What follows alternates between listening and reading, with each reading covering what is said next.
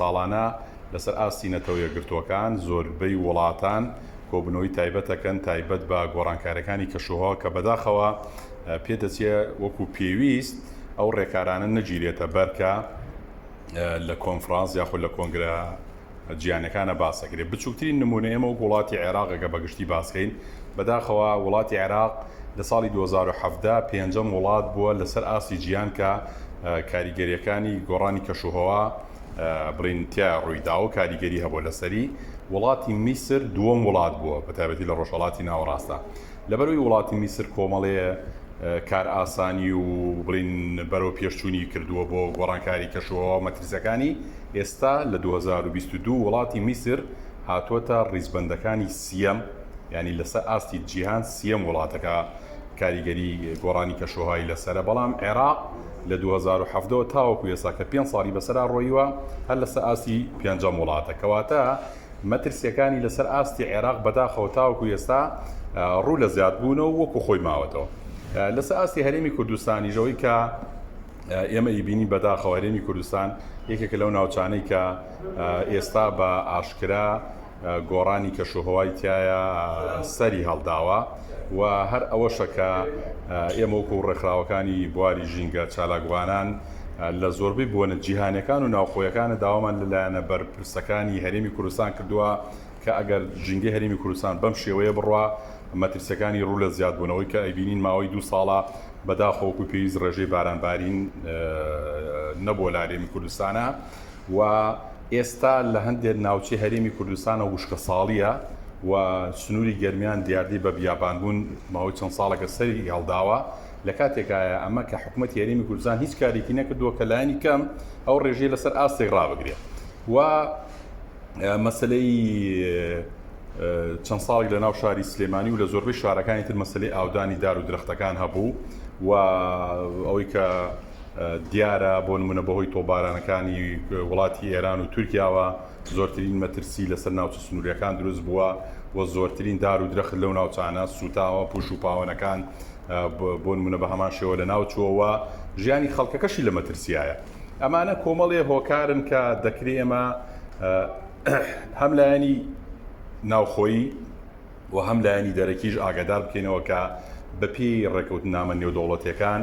ینی بۆ نمونە وڵاتێک ناتوانێت سنووری وڵاتێک ببەزێنێ و بە تایبەتی تر ئێمە گەر باسی کەین ئێمە بەشێک لەو ناوچانە ئاژەڵ و باڵندەی چێوی دەگمەنی تایە، یعنی ئێستا بەبوونی ئەو تۆباران و قڕکردنەوە بۆ نمونە ناوچەکانیان چۆڵ کرد و مەترسیان لەسەر. ئەگەر بێت و ئێمە بۆ نمونە ناوچەیەکی پارێزرایان بۆ دروست بکەین وەکو حکوومەتی هەرێمی کوردستان ئەو کاتە لەسەر ئاستی نێودەوڵەتی پارێزگاری لە ناوچە سنووریەکانەکرێ. ئەمانی کە باسمان کرد کۆمەڵی لەو گرفتانن کە ڕوبەڕووی ژینگە هەرێمی کوردستان بۆتەوە و چەند هۆکارێکی ترێلا ئێمە زۆر جا باسمان کردووە بوونی ئۆتۆمبیلێکی زۆر لە هەرێمی کوردستانە کە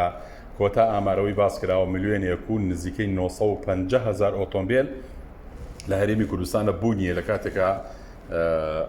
بەپێی ئەوەی کە بڵین دەستی ئامار بڵای کردو نزیکەی 6 ملیۆن هاوڵاتی لە هەرێمایە. بەڕاستی کارەساتە تۆ نزیکەی 2 ملیۆن ئۆتۆمبیل لە هەرێمی کوردستانە هەیە و مەسلەی بوونی پاژماوە و فرێدراوەکانی هەم ماڵان و هەم شوێنە گشتەکان لە هەرێمی کوردستانە بەپێی داتا ئامارەکان نزیکەی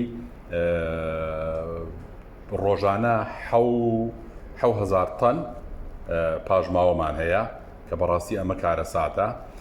و شوێنێکی تایبەتمان نییە کە جارێک ترێمە ئەو پاژماوانە بەکاربێنینەوە و ڕیسایکلین لە کاتێکا ئێمە گەر ئەو کارە بکەین هەم لە ڕووی تەندروستی هەم لە ڕووی ژینگەیی هەم لە ڕووی ئابووری قازانج بە خاک و بە نەتەوە و بە هاوڵاتەکانی گەێنین. بۆیە ئێمە وەکو چالاکوانان بەردەوامە بین لە کاری خۆمانە، بەڵام بەداخەوە ئەوەی کە حکوومەتی هەرێم کاری لەسەرەکە وەکو پێویست نیە لەسەر ئاستی ژینگە هەر لە ساڵی 2008 کە وەزارەتی ژینگە دروست کراوە دوای ئەوە کرا بەدەستە ئەمە خۆی لە خۆیان حکوومەت بە کەم سیرکردنی کاروباری ژینگەیە و دەبێ حکوومەت بی لەوە بکاتەوە بابەتی ژینگەی گرنگی پێبدا. کۆمەڵی یاسا هەیە بۆ نمونە لە کاتی نوێکردنەوەی مۆڵات بۆ نمونە بڕێک پارە بە ناوی ژینگەوە لە شۆفێران وەرەگیرێت دەستەی ژینگاڵە من ئاگاداریان پارێنیم چی لێ دێ. یعنی کۆمەڵی ڕێکار هەیە ئەگەر ئێمە بەم ڕێگەی ئێستا بڕۆین لە چەند ساڵی داهاتوە بەڕاستی ژینگە هەرێمی کوردستان تووشی گەورەترین قەیران و مەترسیە بێت. بەڵام ئەگەر ئێمە وەکو ڕێکخراوەکان حکومەت وەکو خۆی هاوڵاتیانیش بین خەمخۆرانە زیاتر تەعامل لەگەڵ بارودۆخەکە بکەین بۆچێ بتوانین لایانی کەم لە ئاستێک مەترسەکانی ژینگە ڕابگرین. ئێمە لە کاتی ئەو هەڵمەتەی کە لە ناوچەی بادینان و بڵین زاخۆ کرا ئێمە وەکو بۆردی ڕێکخراوە ژینگەیەکان ساڵی پێشووتر وەبزانم لەم تەوقیتەیە بوو وەفتێکمان دروست کرد بە ناوی 5 بۆردی ڕێکخراوە ژینگەیەکان چوینە پەرلەمانی کوردستان پەیامی تایبەتی خۆمان پێدان کە ئەمەی کە تورکیا و ئێران لە کاتی گرتنەوەی ئاو تورکیاش لە بڕینەوەی دار و درەختەکان وە مەسلەی تۆپباران ئەمانە پێشێلکاریە دەبێ حکوومەتی هەرێم و پەرلەمان بەدەم بڵین ئەو داواکاری ئێمەوە بێن لانی کەم قۆنسوڵی وڵات لە نێرنێتەوە یەکگرتوەکانەوەمان ئاگادارکێتەوە بەڵام بەداخەوەی کە ئێمە بینی ڕۆژ لە ڕۆژ مەترسەکان زیاترە بێ بەواچێ نەک ئێمە بابەتە ژینگەیەکە سیرکەینەوە تا بۆ منە قوربانیشی تیابێ بۆیە